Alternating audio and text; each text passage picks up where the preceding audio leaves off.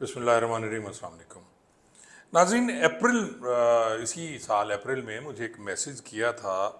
अज़हर अब्बास हैं उन्होंने, ये अज़हर अब्बास जो हैं ये पीएचपी के मुलाजिम थे। मैसेज सुन लें ज़रा, उसके बाद फिर मैं आपसे बात करता हूँ। और वो कहते हैं जी, अस्सलाम वालेकुम सर, मैं पीएचपी का एक्स कांस्टेबल आपसे दस्तबस्ता गुजारिश करना चाहता हूँ। सर, मेरे समेत पीएचपी के सैकड़ों मुलाजमीन और उनके ख़ानदान इस कर्ब से गुजर रहे हैं जिससे मैं गुजर रहा हूँ।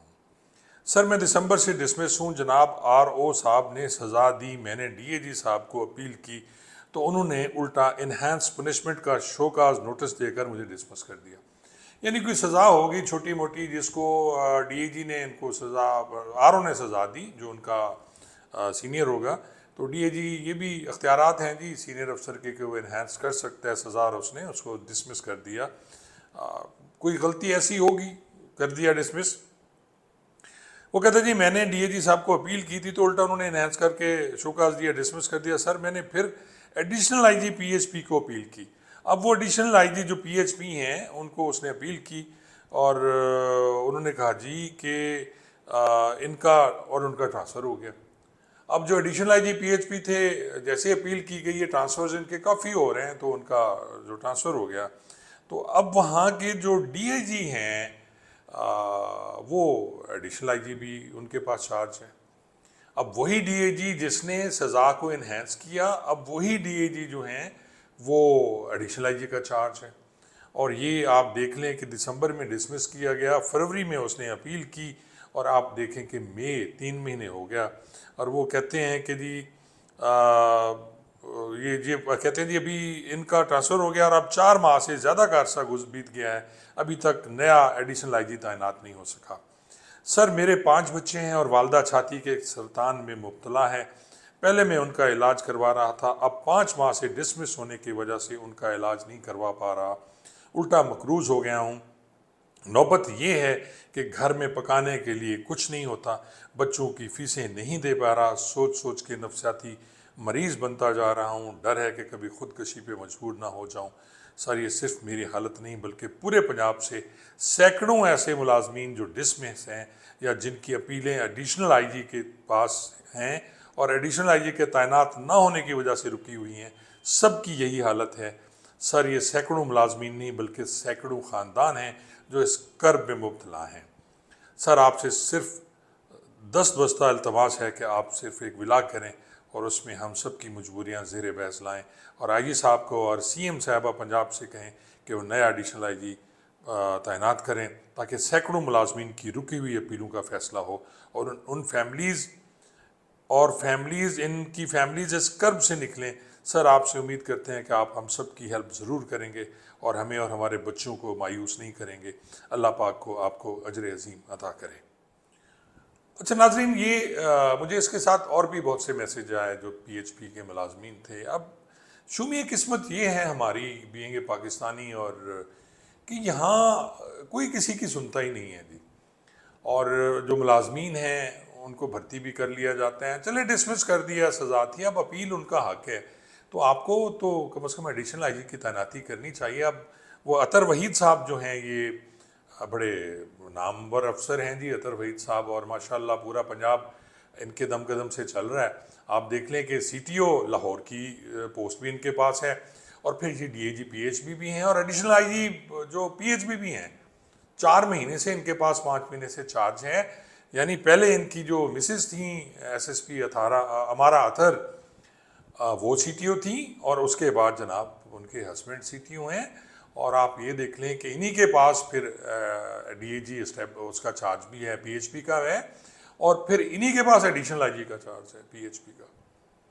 मेरी गुजारिश है आईजी साहब से, आईजी साहब आप अपने बच्चों की तरह इन मुलाजमीन को चाहते हैं, मान लिया उनसे गलती होगी, मान लिया वो डिसमिस हो गए, मान लिया, अब अपील का हक तो देना कम अज़ कम आप उनको। अगर एक मुलाजिम डिसमिस होता है उसका राइट है कि वो अपील करे अगली, ताकि जिसकी उसे सज़ा मिली क्या उसमें इंक्वायरी कंप्लीट हुई नहीं हुई, उसका हक दिया गया नहीं दिया गया, गवान पे उसको बहस करने का। क्योंकि मैंने मोस्टली केसेस में बतौर एडवोकेट सर्विस ट्रिब्यूनल देखा है प्रॉपर इंक्वायरी नहीं होती और ये एक हुक्म होता है जी ख़ुद तो वो सुनते नहीं हैं जी, ये जो अफसरान है नूरी मखलूक या बाकी हैं, वो कह देते हैं पीए को बना दो भाई, इसको डिसमिस कर दो, ऊपर छोटा सा लिखेंगे डिसमिस, किसी को लिखेंगे फाइल, और वो बाकी आर्डर्स तो वही बनाते हैं जो आपके मुलाजमीन हैं, जो नीचे वाले इनके पीए हैं, जो स्टेनो होते हैं। अब अतर वहीद साहब देखें सीटीओ भी हैं, अतर वहीद साहब डीएजी पीएचपी भी हैं, और अतर वहीद साहब एडिशनल आईजी भी हैं।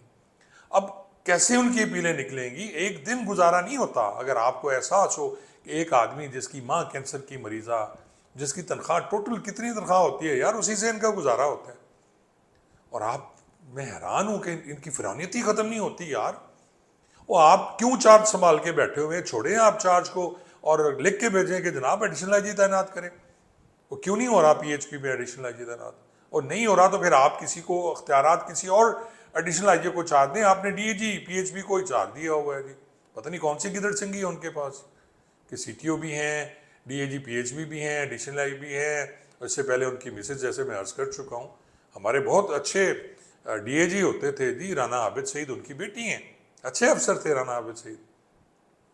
मैं हैरान हूँ कि क्या हो रहा है हमारे मुल्क में। और ये फिर मुझे बार बार मैसेजेस देखें, अप्रैल में 22 अप्रैल को मुझे मैसेज आया था नाज़रीन, बार बार ये उनके मैसेजेस मुझे हैं, सर मेहरबानी करें विला कर दें, सर आपके विला का शिद्दत से इंतज़ार है, सर हमारे मामले भी हमारे साथ ज़्यादती हो रही है, इंचार्ज, वो कहते हैं जी इंचार्ज पोस्ट ने पैसे देकर ख़ुद को बचा लिया और हमें कुर्बानी का बकरा बना दिया। और मैंने लिखा कि अभी मैं दुबई हूँ यार, परसों आ जाऊँगा, फिर बनाता हूँ, और उसने दिल बनाया हुआ है।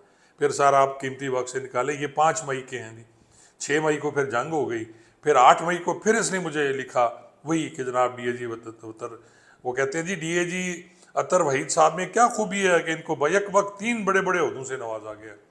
अब मैं क्या कह सकता हूँ यार, खूबियाँ तो इनमें बहुत से ऐसे लोग हैं जिनमें बेतहाशा खूबी हैं और उन्होंने बड़े बड़े ओहदे रखे हुए हैं।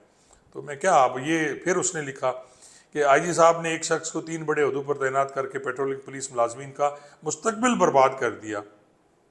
अपील्स ना लगने की वजह से मुलाजमीन के बच्चे और ख़ानदान फाकों पर मजबूर। 6 माह से अपील्स पेंडिंग हैं, सुनने वाला कोई नहीं। एडिशनल आईजी पीएचपी का ओहदा खाली, डीएजी पीएचपी का खाली ओहदा। एक ही शख्स को इतने बड़े ओहदों का चार्ज आखिर क्यों? क्या आईजी साहब के पास और कोई इस पोस्ट के काबिल अफसर नहीं? ये कांस्टेबल लिख रहे हैं और कहते हैं जी इनको ओहदों पर तैनात किया जाए, मुलाजमीन के साथ जुल्म न किया जाए, एडिशनल आईजी पीएचपी तैनात करके मुलाजमीन की अपीलों को। मैं ये नहीं कहता कि आप उनकी अपीलें जो हैं आप उन्हें माफ़ी दे दें जी, आप बहाल कर दें यार, उनको आपने जो करना है अपील का फैसला करें, वो बेचारे आगे तो जाए ना।